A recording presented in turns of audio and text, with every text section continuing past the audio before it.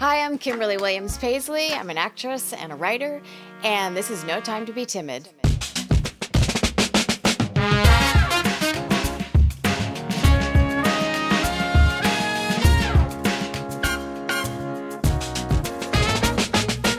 Hey there, I'm Trisha Rose Burt, and in this podcast, we talk to artists who show us how to find the courage to take risk, step out of our comfort zones, and use our creativity to make our work and change our world. Pay close attention because this is no time to be timid. Welcome to the show. We're excited to return for our fourth season, and this time we're coming to you as an award-winning podcast. That's right. Last November, we won a Signal Award, which is a prestigious podcast industry honor, and we were one of 8 winners in the arts and culture category, a category which included, get this, Oprah Winfrey. I will never tire of saying that I won an award in the same category as Oprah Winfrey. She won a gold, we won a silver, and we just couldn't be more thrilled. So we decided to shake things up. If you're a regular listener, you may have noticed we have some fabulous new music, courtesy of Echo Finch, and we'll have some other surprises sprinkled throughout the season. But what hasn't changed is the No Time to Be Timid manifesto. If you don't have yours yet, make sure you go to my website, trisharoseburt.com/manifesto, and download your copy. Put it somewhere where you can see it every day. It's helped a lot of people on their creative journeys. Of all the 10 principles in the manifesto, I think the one I live by the most is the riskiest thing you can do is play it safe. I think of it when making small decisions and making big ones too, like the time I moved to Nashville for 2 months back in January 2015. I'd received some funding to create an artist residency of my choosing, and I thought, I'll go to Nashville. Because at the time, New Hampshire wasn't doing much for me, and in Nashville, there was a theatrical agent who wanted to represent me in my one-woman show, and there was a music producer who wanted to collaborate with me on a storytelling and music podcast. Plus, I'd reconnected with Amy Grant at my college reunion a couple of years earlier, so I knew I'd have an artist friend to play with when she wasn't on the road. 2 days before I was set to go, the theatrical agent backed out. And while the music producer still loved the podcast idea, it was clear he didn't have the bandwidth to collaborate and make it happen. In theory, I no longer had a reason to go to Nashville, and I could have stayed in the safety of my New Hampshire studio. But the apartment was rented, the car was halfway packed, and even more important, I had a dream to lead a creative life, to leave a legacy through my art and my stories. And Nashville seemed like a step towards that goal. I was willing to take the risk to make it happen. The first 2 months in Nashville stretched into 3. And I kept going back. Over the course of 17 months, I spent 14 of them in Nashville.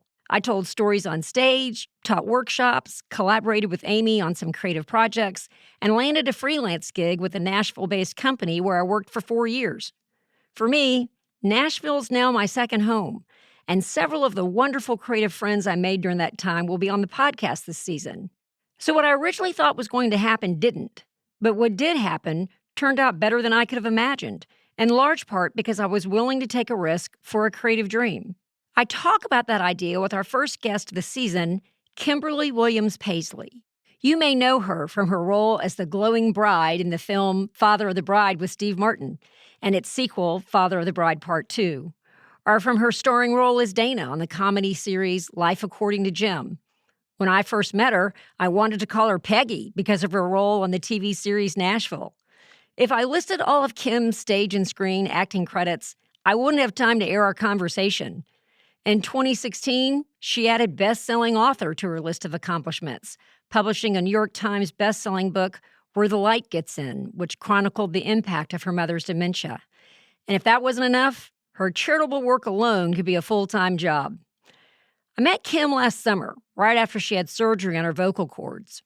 She'd lost her voice for 2 years. 2 years. It's kind of hard to be an actor if you don't have a voice. But according to Kim, losing her voice saved her life. Listen to our conversation to find out why. And here are a few insights from the conversation. Taking risk in one area of your life can open up opportunities in others. If you know your own self-worth, you'll get through the low periods.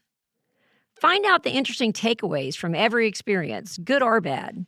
and always be open to alternative paths for creativity and healing. Like the rest of my guests this season, Kim's going to give us a blueprint for what a fearless creative life looks like. And she's going to make us laugh a lot while she's doing it. Enjoy the conversation. Hey, Kim, it's so great to have you on the show. Hi, Trisha. Thank you for having me. It's great to be here. I'm just delighted. I'm really tickled. We've been having conversations for a while now, so it's nice to actually have one that we can share with the rest of the world. You've been through some things where you had to be really brave. So we're going to talk about those. But I want to start out with just how everybody got to know you in the beginning. When you got selected to be in Father of the Bride, tell us the parts that where you had to be really brave. Because it sounded like a big break, and it was, but there had to be parts that were really overwhelming and scary. I feel like you started being brave at an early age in your career. Absolutely. I did start being brave, I think when I was about 12 or 13. I decided I wanted to be an actor. Actually, I started by wanting to pay for my private school because my parents said we couldn't afford it anymore. And I said, I know how I'm going to make enough money to pay for private school. I'm going to become an actor. And they thought that was really darling. And we lived in New York, so I started auditioning and just like, I mean, I can't even believe when I think back now, riding the subway, riding the train from Westchester to New York City, which was like a 45-minute ride, and then getting on the right subway and navigating by myself to the right address for whatever audition I had and just putting myself out there. And you were 13? Yes. Oh, that is crazy. Your parents didn't go, oh, dear God, Kim, no? I don't know. I think they were out of their minds. But they were like, yeah, go. But my dad worked in the city, so at the time, so he wasn't too far away. But pretty soon after that, like when I was a freshman or sophomore, he started working from home. So really, and this was before cell phones. So I remember like my card, I had this like I could punch in a bunch of numbers into the payphone and I would be able to reach them and just say, "Hey, I'm coming home on the such and such train." But there was not like constant contact. I really learned at a young age how to do it myself. But we were New Yorkers, and Yeah. they liked that I was independent, but I was used to putting myself out there. So then, cut to I was a sophomore at Northwestern University in Chicago. Wait. I have to ask you a question. What was your first acting gig when you were 12 and 13? Like, what did you land? The first thing I landed was a National Dairy Board commercial, and I was like, I have made it. And I told everybody about it, and I was going to be a ballerina. I loved to dance. I wound up getting cut out of the commercial. But the funny thing is, I was booked as a principal, which meant that I got paid as a principal actor. So the irony is that I wound up being able to pay for a year of private school with my first audition. How funny. But my parents weren't convinced that I could pay for 4 years of private school, so they had already enrolled me in the public school. So I wound up paying for a lot of my college. Yeah. So but anyway, it actually turned out to be very lucrative at a young age. So I booked this National Dairy Board commercial. I got cut out, and then I didn't do anything for like 2 more years. And then I booked like a OB tampon commercial, a Stridex commercial, and like a Pizza Hut commercial, like bam, bam, bam, I started working again. And I also got an ABC after school special, which was pretty funny. Oh, wow. Okay. Do you remember those? Yes, I do. There was always some drama involved in them. Oh, I was the drama. I was Vanessa. It was based on a true story about this girl who sued her date for the prom because he invited her to prom. She went and bought a dress. And then at the last minute, he dumped her and went to the prom with Vanessa. Oh. And we rode off on a motorcycle. We were very like risque. So that was my TV big break. And then I decided that I was gonna stop acting because it was really getting in the way of my studies and everything. I'd gotten into Northwestern and I really wanted to throw myself into that. So my freshman year, I pretty much was just a student. And then my sophomore year, my friend Abby Epstein, who is now a documentary filmmaker, she's amazing. Oh my gosh, you've known Abby for that long? Yes, yes. So Abby came to me and she was interning at a casting office in Chicago. And she said, "Hey, there's this audition for this movie called Father of the Bride with Steve Martin, and they need the part of the bride. And I thought of you." And I was like, okay, that's weird because I feel like the furthest thing from a bride right now. I'm 19 years old. I'm a sophomore. But you know what? I've never learned how to take the train in Chicago. And that's a big part of who I am. Like, I am an independent person and I have never figured out public transportation into the city. So that's what I'm going to do. It's an excuse to figure out the L. So I'm just going to see if I can navigate my way to this destination for this audition. It wasn't even about the audition. And then, it was a whole rigmarole to get to getting the part. I had to like audition and jump through hoops and fly out to LA twice and all kinds of stuff. But that's where it started. So it wasn't really for that specific audition. It wasn't really about being brave. It was about being independent. Yeah. Yeah. But then I had to be brave to actually get it. That's very true. But it's also, though, there's something about being independent that requires you to be brave. That's true. Yeah. Because if you want to be independent, by very nature, you're by yourself figuring stuff out, Yeah. And so Yeah. you have to have that bravery to even want that in the first place, I think, to have that courage to even want to do that in the first place. Absolutely. And there I was completely by myself in LA, which was a city that was totally foreign to me for these auditions and the screen test. And like, I just didn't think it was a reality. I just thought, this is so crazy. I'm auditioning with Steve Martin and Diane Keaton, who I just adored, and Martin Short, who was so funny, and then wound up getting it, which was absolutely terrifying. There is such an edge to when we step into something that we have wanted. There's that moment of, this is so fantastic, and also, oh dear God, can I do this? Do you know what I'm saying? Yeah.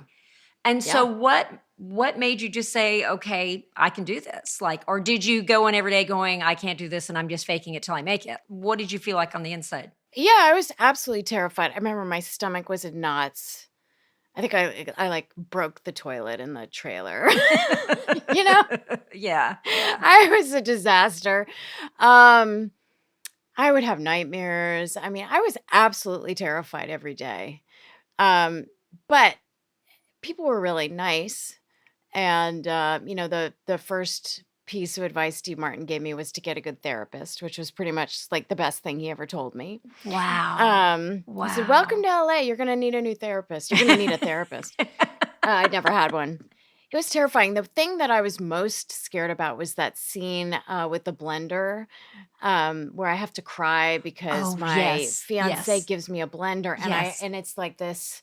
She has to completely fall apart. And I just thought, oh my gosh, I have to cry. And it became like this mountain to climb. And it was the thing that Charles Shire and Nancy Myers were most concerned that I wouldn't be able to do. And I knew that.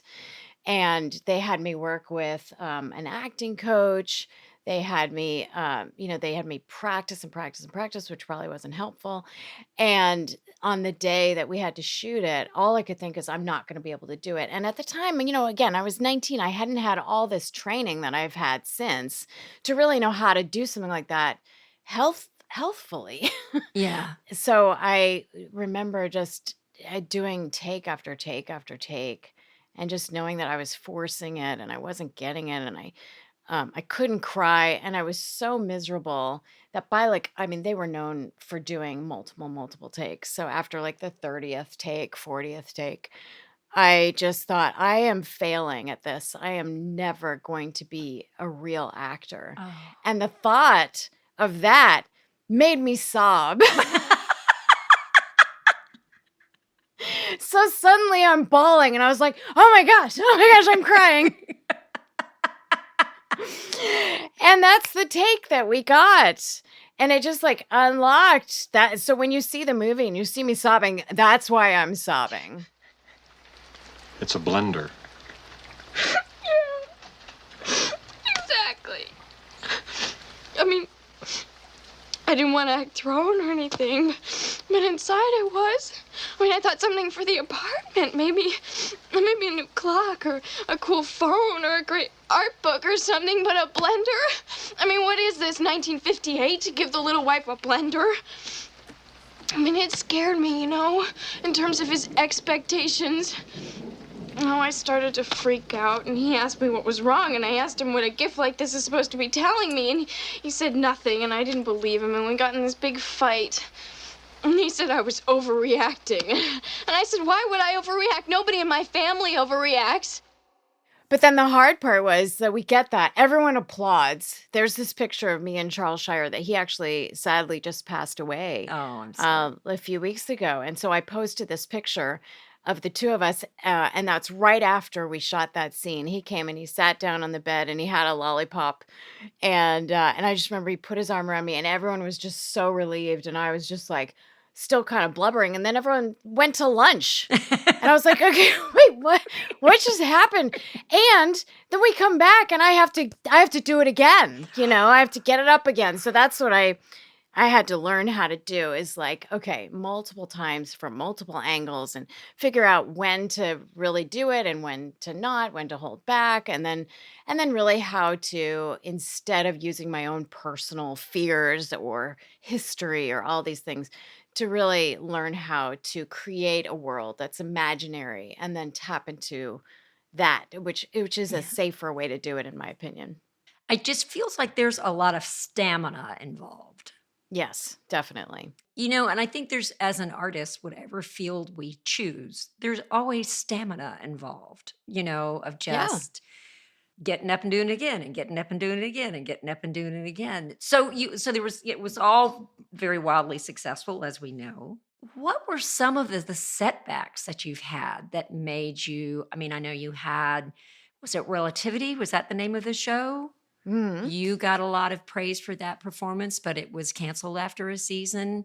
So how do you draw, what did you do to draw on getting over that disappointment? Yeah. And I mean, you've had a long enough career. You've had a lot of hits. You've got to have some misses in there too. So how do you navigate the misses that come along? That's a great question. I have learned to do other things, really. I mean, anybody who's an actor is going to have highs and lows.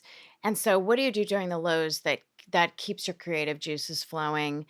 And where I had to really work hard on finding my own sense of worth, regardless of what others say, and regardless of whether I'm working or not, or people are praising me or not. Just having a groundedness and a sense of self, which, I mean, I think my parents gave me a great foundation for that. My family has continued to be a rock for me, and therapy has been very beneficial.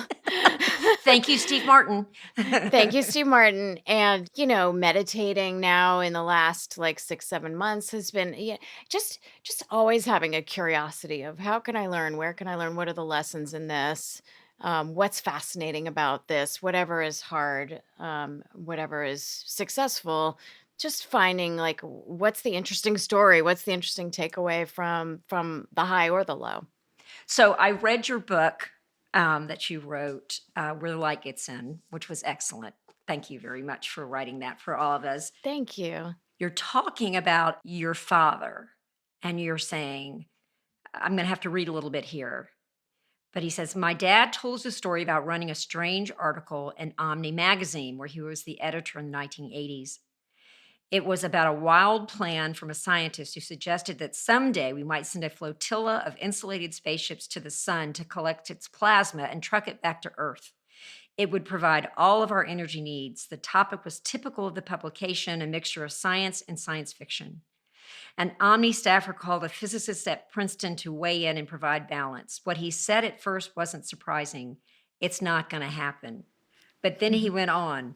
What's going to happen will be much more fantastic than that. And you say how that is just what's kind of been the mantra for you as you've grown. I thought it was just fantastic. I mean, it's so, we have a tendency to go, it's not going to happen. Yeah, what's going to happen is going to be even better, right?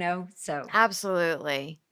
Yeah, and I do think my dad planted that thought in my head years and years and years ago, and it's been really helpful. And I kind of have that conversation with my kids now too, of like, what's something that you think you're probably right about is going to happen, and what do you think is going to surprise you? Yeah. And then after the event, so what surprised you? What happened that you didn't expect? And I just think it's a really great way to look at our lives. Yeah. And to look for the magic in it, and this didn't happen the way I thought, but look at what did happen. And, even you asked about like successes and failures. even the projects that I've worked on that turned out to be not very good, which there's plenty of those, I can still point to them and say, oh, yeah, but I met this person who's become Mm-hmm. a dear friend, or, oh, that was the one where I learned this lesson. And yeah, that was really hard, but look, I'm stronger in this area because of that, you know? I do know. I do know. I think that's the way Yeah. as artists that we even navigate it all is because Right. it's just, okay, what did I learn? What do I do better next time? What was the connection? And stuff that happened, 5 years ago, I thought didn't work out at all. Then you get the phone call from somebody who said, hey, remember 5 years ago Right. when we worked on that? It's like, oh, wait, so Yeah. you just have to Yeah. stay open. Well, Hmm. we met just last August. Yeah. Also very serendipitous because I was going to the Porter's Call. What were they calling it? Was it their 15th anniversary? An evening of stories. An evening of stories. And so I had been a storyteller at an evening of stories, I think for their 7th or 8th event. Porter's Call is a wonderful nonprofit down in Nashville that supports recording artists. And just at the last minute, I was like, I think I'm just going to, this is a boondoggle. I'm going to go for one night to Nashville. I was flying back from Tampa. I thought, I'm just going to go for one night. I'm going to go to this event. And that's where I met you. And we were talking about storytelling. You're like, I have a story I want to tell.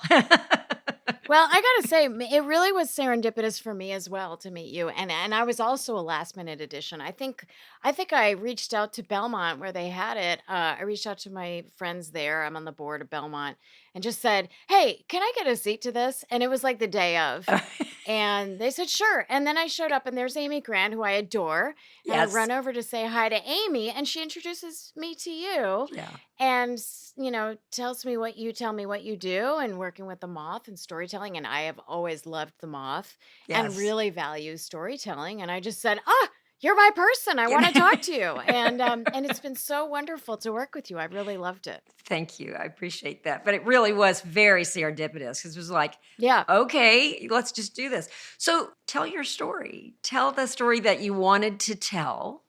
That we worked together with. And I'm so glad you've connected with the moth. But in the meantime, talk about the story that you wanted to tell and what we worked on together. So my mom passed away in 2016 from Alzheimer's disease. And so I started this event called Dance to End Alzheimer's in Nashville. It's this like themed party, dance party. And this is my 5th annual. It was 2022. And the theme is 90s. And I understand the assignment. I'm like Cindy Crawford, looking fantastic. I've got the mole, I've got the hair, I've got the dress off my shoulder, and this like purple and black striped short mini dress number. And I waltz out on stage. I'm kicking off the event with my brother Jay and my sister Ashley. And I open my mouth to say, hello, everybody, and absolutely nothing comes out. And the crowd, who had been totally going wild, is now completely silent.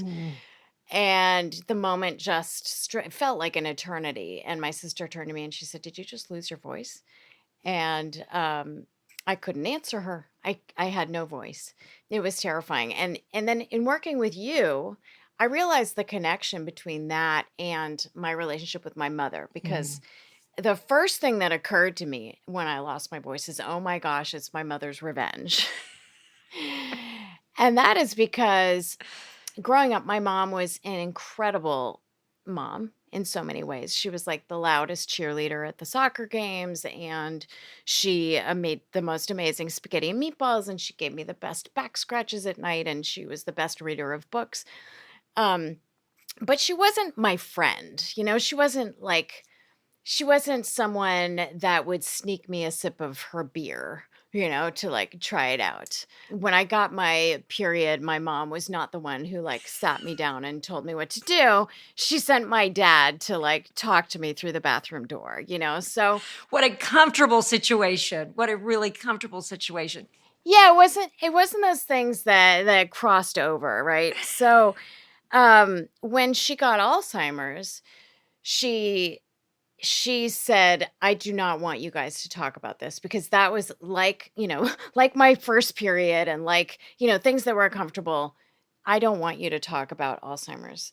To her, it was, and at the time we didn't even know she had Alzheimer's. We just were told it was primary progressive aphasia, which is a very rare form of dementia, which we later found out was caused by Alzheimer's. But she was embarrassed. And so it started us on this secrecy path that was very uncomfortable. And we missed out on so many things that could have really helped us and helped her, just how to navigate a situation like that, because dementia is just not an easy road, right? Yeah. Yeah. So what wound up happening is over the next like 5 to 7 years, my mom declined like we thought she probably would when we got the diagnosis.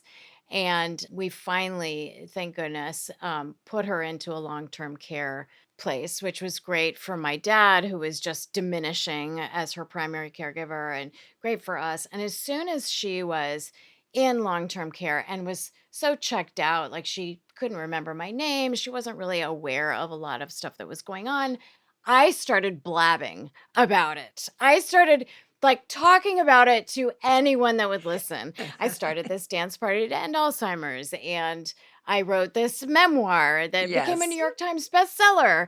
And I enrolled in a study at Vanderbilt University, and I went on the Maria Shriver's show, and I talked about my book. And then I went on again and I talked about the study and the importance of doing research for Alzheimer's. And I got a champion award from the Alzheimer's Association for all the talking I was doing about Alzheimer's and my mother, who never wanted me to talk about it in the first place.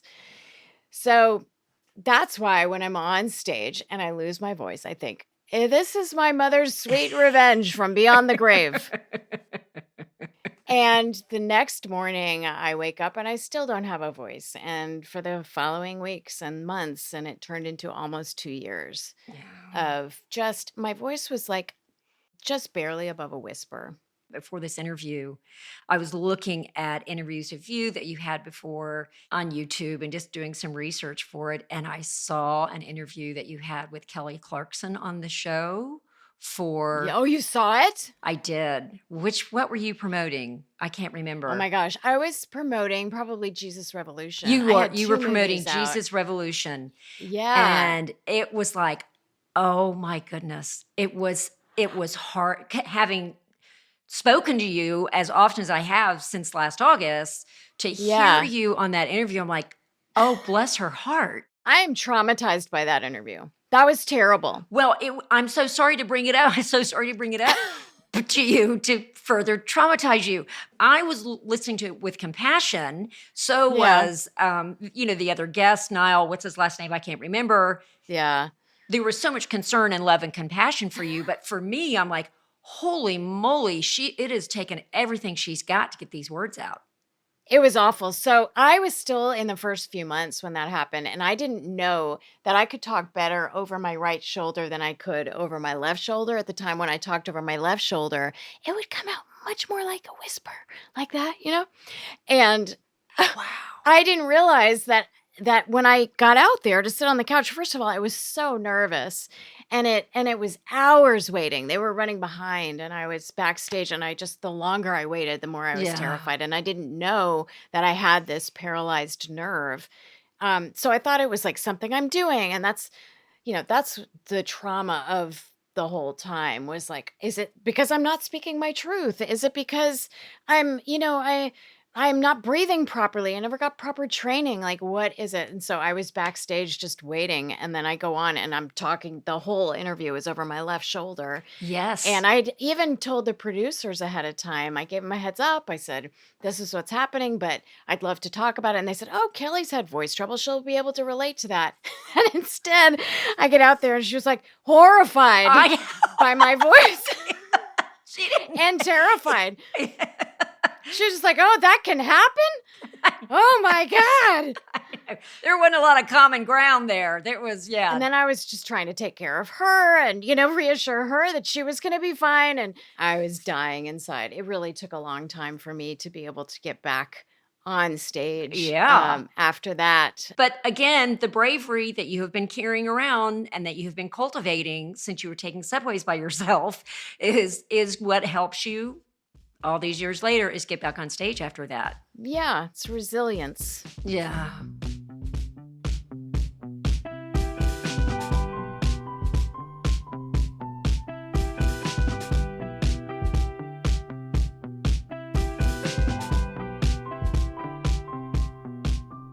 We'll get back to the second half of our conversation in a moment. But right now, I want to tell you about our sponsor, Interrobang Books, a Dallas-based independent bookstore which was named one of the country's top 5 bookstores by Publishers Weekly. They have a fabulous curated online collection, and it's just as easy to shop with them as it is with Amazon.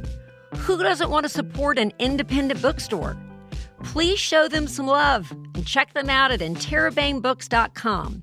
That's Interrobang, INTERABANG, books.com.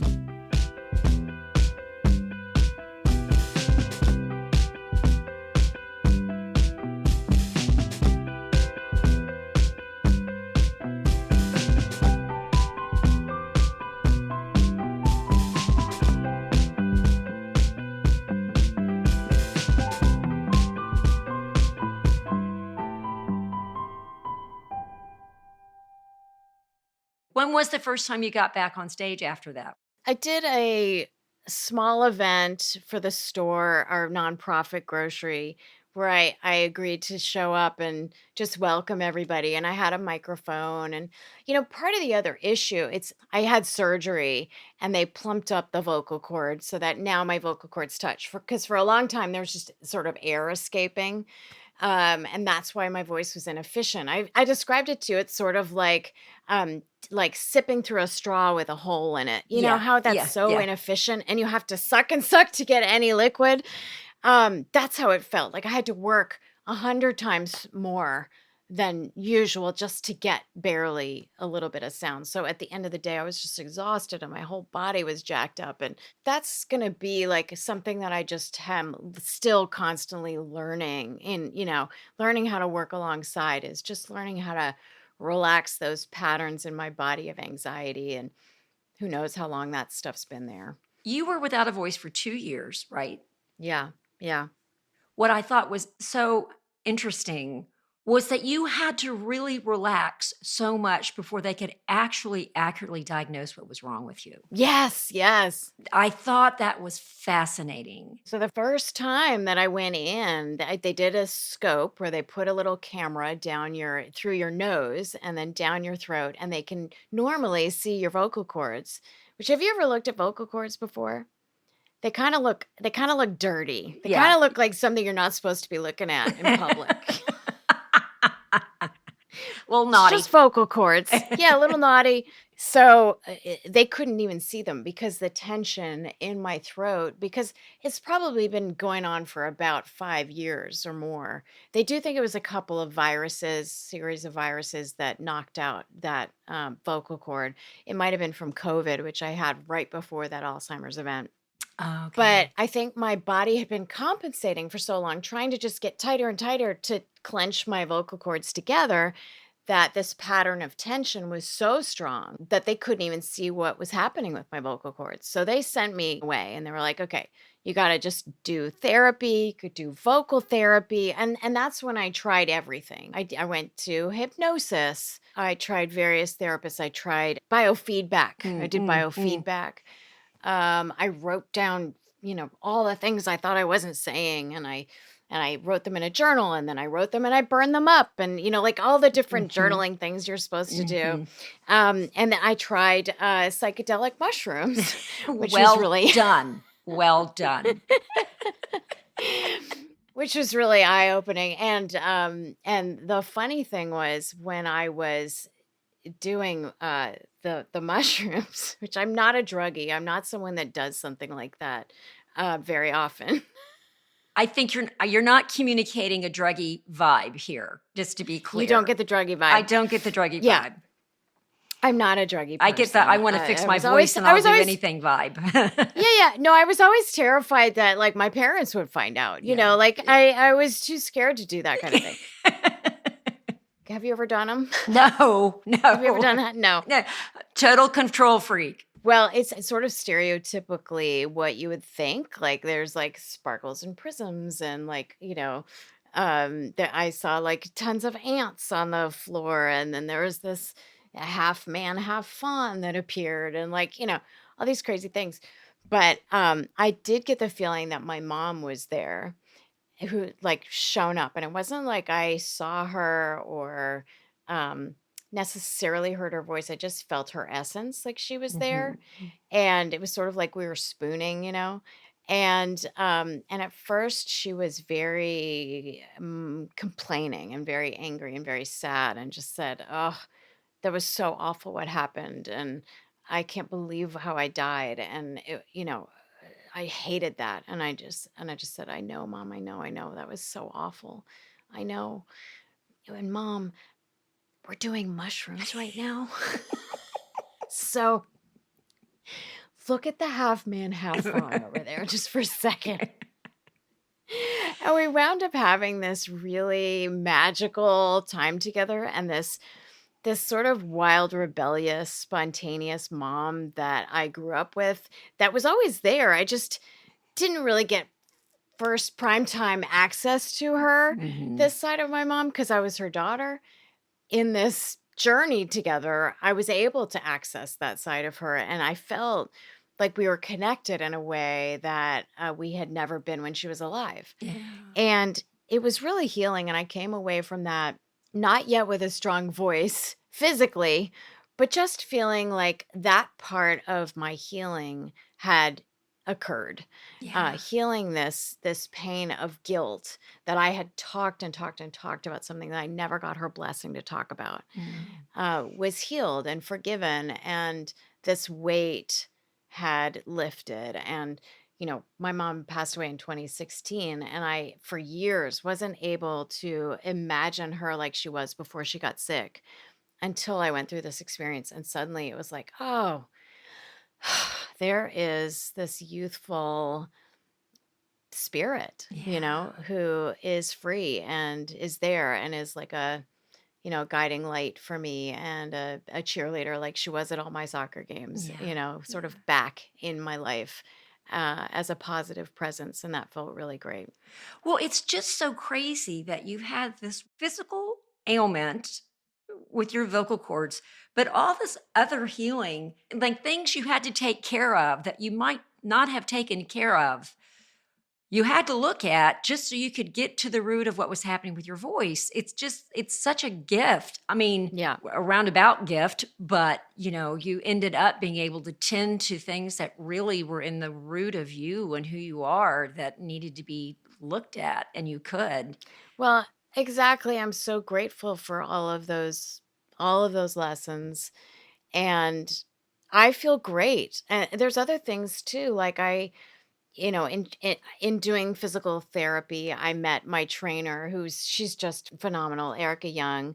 She did all of this physical therapy with me, and then once I graduated from that, we started lifting weights together. And so for the first time in my life, I feel like, okay, I'm really getting stronger in a way Yeah. that I haven't been probably since my 20s. But I never lifted weights like this.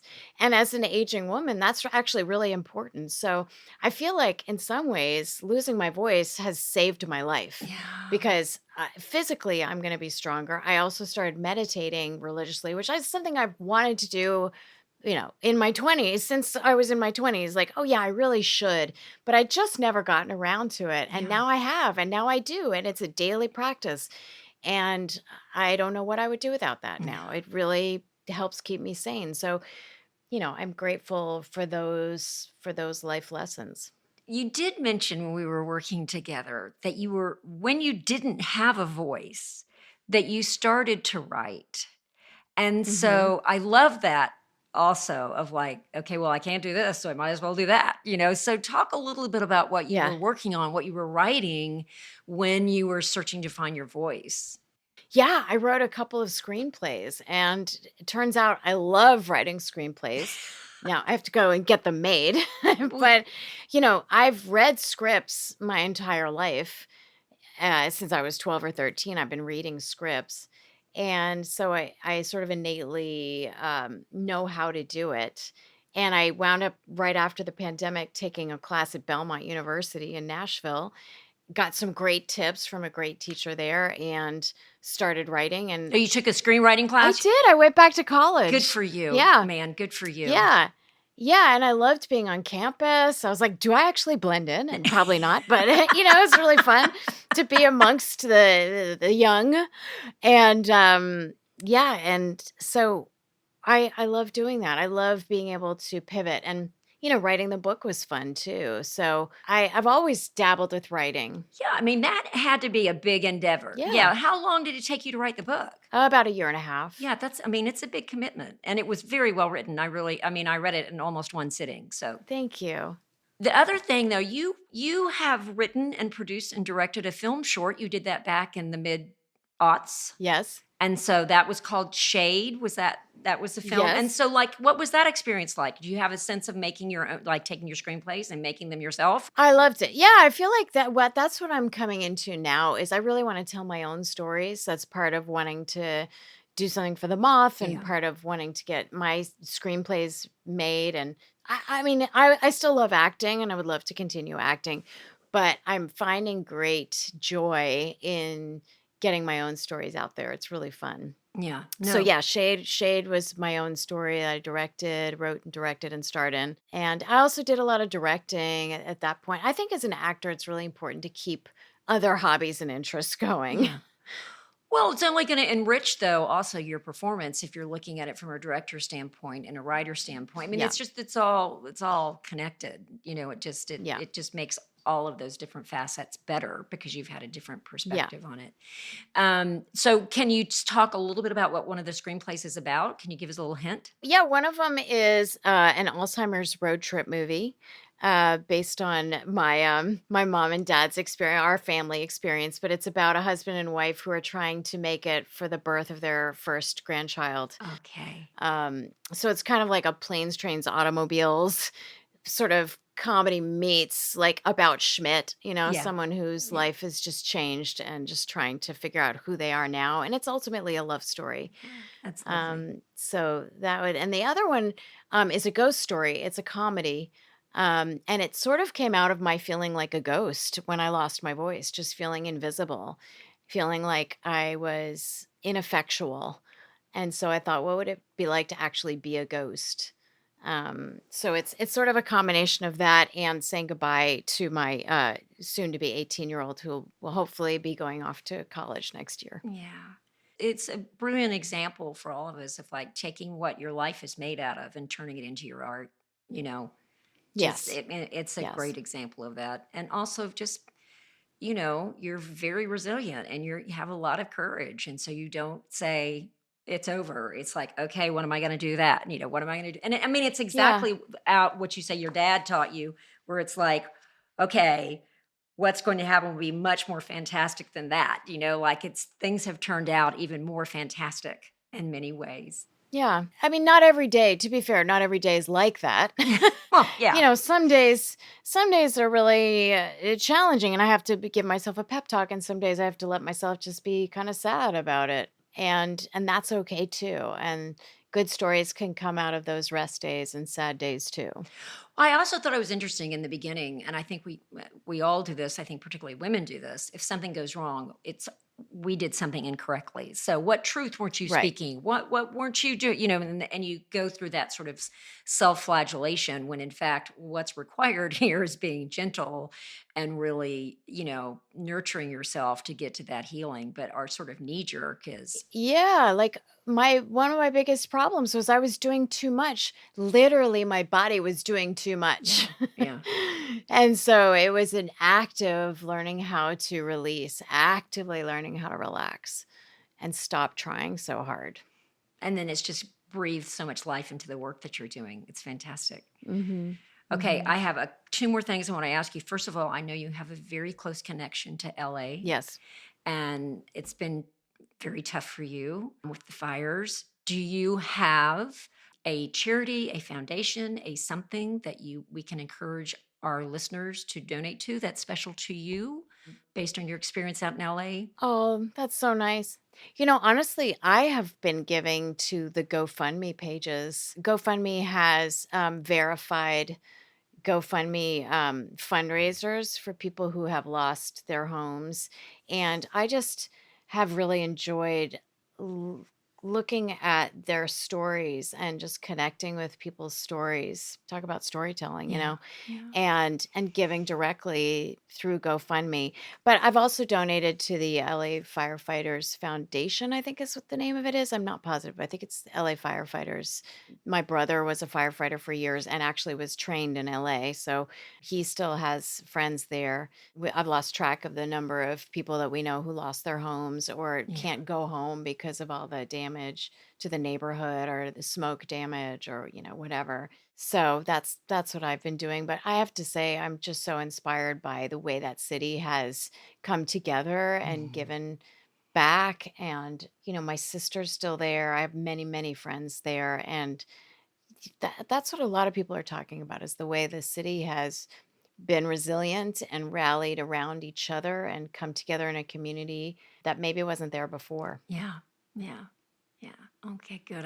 I know that's an important part of your life, and so I wanted to be Yeah. able to recognize that. Hey, another thing, real quickly, what are you working on now? Farmer takes a wife. Farmer wants a wife. Oh, farmer wants a wife. He Okay, doesn't I get think to just take her. He has to want her. He has to ask nicely. I think I quoted like an old poem or nursery rhyme or something. I don't know what I did, but Maybe, okay, yeah. Yeah, there's an update on that. Yeah, Farmer Wants a Wife. So there's 4 farmers. It's on Fox. This is season 3. It comes out March 20th. Okay. So there's 4 farmers, and then they each have 8 ladies that they've all like chosen each other through these profile computer dating sort of things that they've set up. And then they go narrowing it down. But the ladies also have to agree that they would like to continue exploring a life with this farmer. So yeah, it was super fun. That was actually my first job since getting my voice back. Oh, fantastic. Yeah. Okay, so here's our last question that I like to ask all of my guests. Where do you need courage right now? Where do I need courage? Gosh. Well, honestly, the first thing that comes to mind is learning to let go, which I guess is a common theme, learning to let go of my muscle tension, but learning to let go of my oldest son. I've spent so long trying to just get him ready for launch. Then I get like a graduation email and I just want to sob and sob and sob. So it's one of those things that like the ball is rolling. Yeah. The train is already leaving the station, and I need some courage and probably some distraction to get through the next 6 months or so. Yeah. Okay. Well, you've got some distractions with screenplays and the work that you're doing, and Yes. and yes. and another distraction. Really quickly, tell us about the store in Nashville. Is that an ongoing thing that you're constantly involved in? Yes. So that's a constant. Yeah. So Brad and I co-founded this nonprofit. It's called The Store. It's a free grocery in Nashville where people can go in and shop for their needs as opposed to getting a handout. Yeah. And it's just a wonderful place. And we offer a lot of wraparound services. So they have things like financial literacy and medicine management and music therapy and all kinds of things. And then we do pop-ups where we'll do like a vet clinic where people get to bring in their pets one day for full treatment, because that is so expensive. It is. I have 3 dogs and I can tell you it's so expensive. And we have the toy store at Christmas time where people could come in the same sort of model. They got to shop as opposed to getting just like a wrapped gift that they don't even know what it is. And their kids got to come and pick out toys. And we have the school supply store, and we're working on a music store and some other things. So really exciting. So yeah, that is a big part of our lives. Yeah. We're kicking off a capital campaign soon. So we're going to just get right back into fundraising mode, which is something I learned from my mother, who was an amazing fundraiser. So Yes, I read about that in your book. that'll be great. So we're going to put all those links in the show notes so people will know if they want to support the store, they can support the store and all of your efforts too. So Awesome. we'll be able to put that in there. Absolutely. Absolutely. We're spreading the gospel, Kim. Spreading the gospel. Thank you so much. So I just want to thank you so much for being on the show. It was just such a delight to have you. And I'm just so glad we can hear you loud and clear. Oh, thank you. Well, I really appreciate the name of this show. I completely am in agreement that there's no time to be timid. And I really appreciate you having me as a guest. Great. Thanks. Take care. Thank you.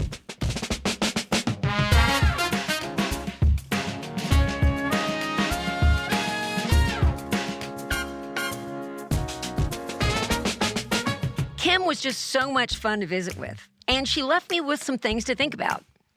She's taken a lot of risk in her career. What risk are you willing to take for a dream that you have? How are you shoring up your sense of self-worth so you can get through the low times? And what interesting takeaways can you recall from your creative experiences, the good ones and the bad ones? Make sure to check out Kim on Farmer Wants a Wife, which debuts tonight, Thursday, March 20th, on Fox at 9 p.m. Eastern. Follow her on Instagram at Kimberly Williams-Paisley, and check out her website, KimberlyWilliams-Paisley.com. If you haven't already, make sure to read her book, Where the Light Gets In. And if you want to see love and compassion in action, please check out The Store, which Kim founded with her husband, Brad Paisley, to help fight food insecurity. Find out more and donate if you're able to thestore.org. Thanks for joining us. If you have any questions, feel free to reach out to us at podcast@trisharoseburt.com. And if you liked this episode, please share it with one other person that you think will enjoy it. Then maybe talk to them about the parts that resonate. It really helps build our audience. And remember, this is no time to be timid. No Time to Be Timid is written and produced by me, Trisha Rose Burt. Our episodes are produced and scored by Adam Arnone of Echo Finch. And our executive producers are Amy Grant, Nancy Perot, and Sage Wheeler. I'd also like to thank contributors to my Fractured Atlas fiscal sponsorship, which helps make this podcast happen. No Time to Be Timid is a presentation of I Will Be Good Productions. You can change yourself and change the world. It's no time to be timid if you haven't heard. You can find